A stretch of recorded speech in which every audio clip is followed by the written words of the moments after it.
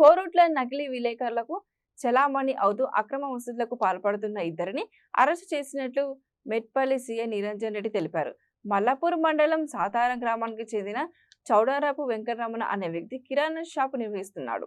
కిరాణా సామాగ్రి కొనుగోలు చేసి తన కారులో తిరుగు ప్రయాణం చేస్తుండగా గుండెమీది రాజశేఖర్ వెంపేట శివారులోని వెంకటేశ్వర ఆలయం వద్దకు తన కారులో వెంబడించి వెంకటరమణ కారుకి తన కారు అడ్డుపెట్టి నీ కారులో ధరిస్తున్న వస్తువులు డూప్లికేట్ అని వాటిని చిందరవందర వేసి పోలీస్ స్టేషన్కు రావాలని ఒత్తిడి చేశాడు.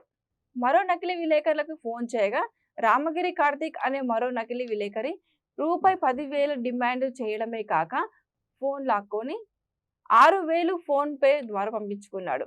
అక్కడి నుంచి వెళ్లిపోమని ఎవరికైనా చెబితే చంపి పాడేస్తామని కూడా బెదిరించాడు. ఇదిలా ఉండగా వెంకటరమణ ఇచ్చిన ఫిర్యాదుతో పట్టణంలోని పెట్రోల్ బంకు వద్ద రాజశేఖర్, కార్తీక్లను అదుపులోకి తీసుకొని వారి వద్ద ఉన్న కారు, ద్విచక్ర వాహనం, 2 సెల్ ఫోన్లను స్వాధీనం చేసుకుని కేసు నమోదు చేసినట్లు సీఐ నిరంజన్ రెడ్డి తెలిపారు.